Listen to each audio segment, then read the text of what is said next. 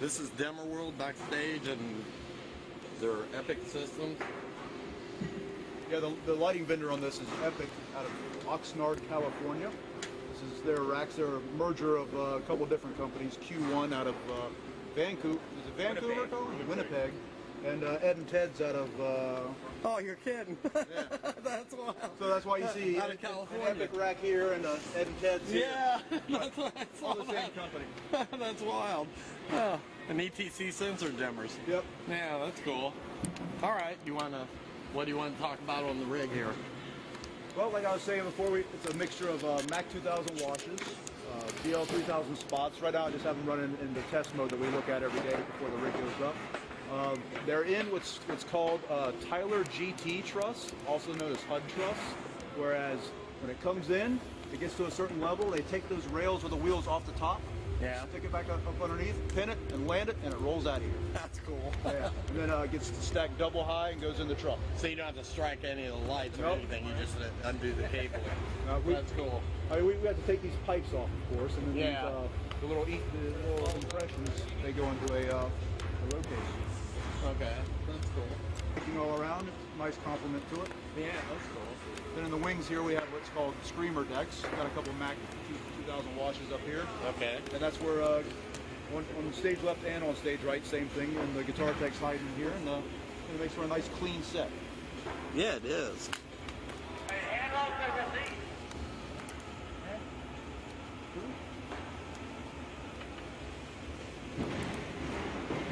Yeah, Max racks. Yep. So this is Data Central.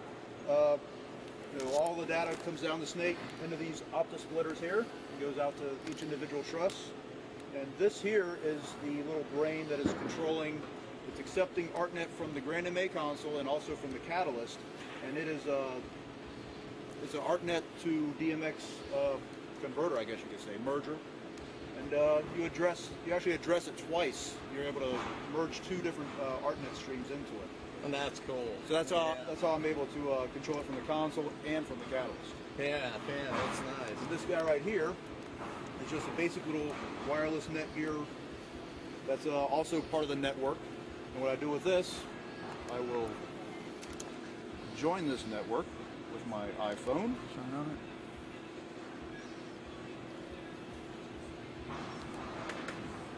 Okay, so I found my Netgear network there. I jump out of there, go over here to my Grand MA Remotes app on my iPhone. In a second, it'll boot up and find the consoles. There's my main console. So I'll join that. Oh, so you can program your console from your iPhone. I update the presets with it. Oh, that's cool. Anyway, we can wander up here on deck if you want. All right, yeah, let's go ahead. I'll take your cable, man. Go. Alrighty. So these are the stage bars I was talking about earlier. We just have them shooting straight up into the scaffold here, and it reflects light all around, and looks pretty good from out front. Yeah, that's nice. That's real nice. And one of the things that surprises all the fans is we have two lasers that we use during the show. There's one of them here. Oh, okay. And I don't know the exact wattage or anything like that. I know that they're big enough to require a guy. Okay. And they're pretty bright. That's cool. And yeah, it's a big surprise when they go off about halfway through the show, and everybody loves it. That's cool. Yeah, that's cool, Matt. You had to shoot everything you can here. Get shot. I don't know how much cable I've got. Oh, there you go. We have 4 different backdrops. And these will come down throughout the show. I have these wildfire UV lights. I have 6 of them down here and 2 of them up here in the truss. And they just blast it with UV, and it really makes it pop. Hey, this is gonna look sweet.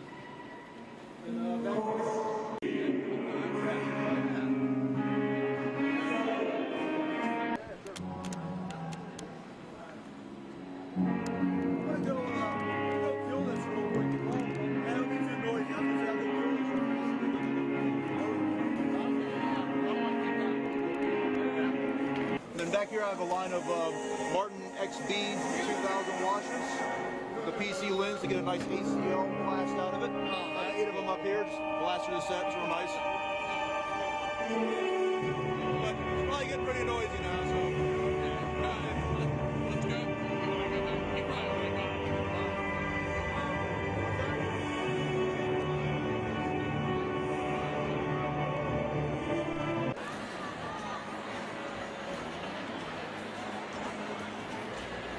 at this point, I usually get the set list.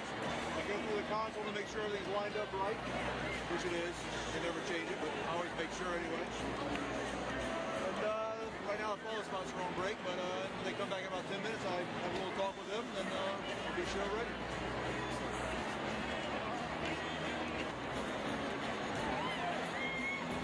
At any moment, my guys are going to call me to start asking me to lamp on fixtures to make sure all my floor stuff is.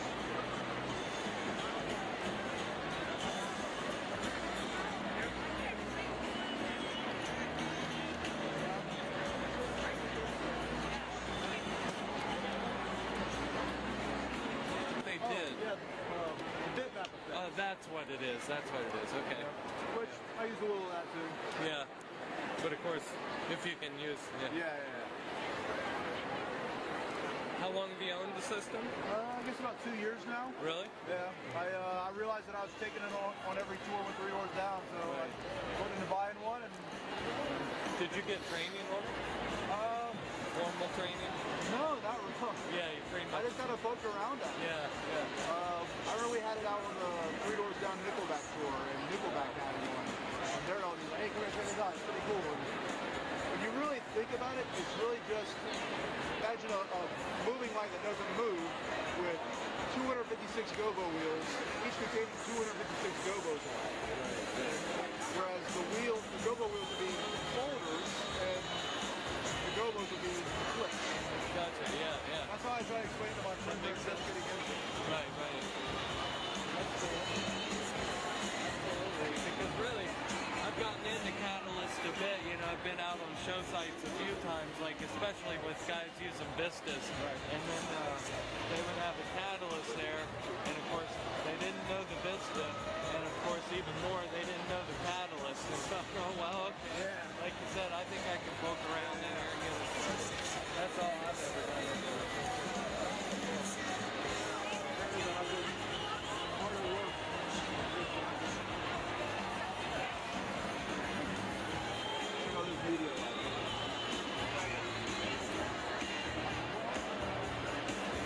What's that? Oh, your phone? Yeah, it's like 150 folders. Wow. Yeah. And it's right now it's sitting at that was sitting here. How big? This right here. Almost 200 gigs. Wow, that's wild. And I keep bragging about 30 gigs of videos that are lighting trainer. You know? Go from that.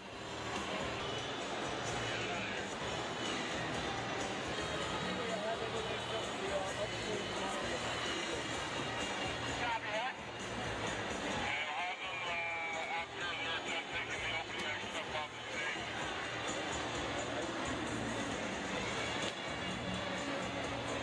Next thing I'll do once we get all dialed in on stage, I'm going to talk with the follow spots, give them all their assignments and everything.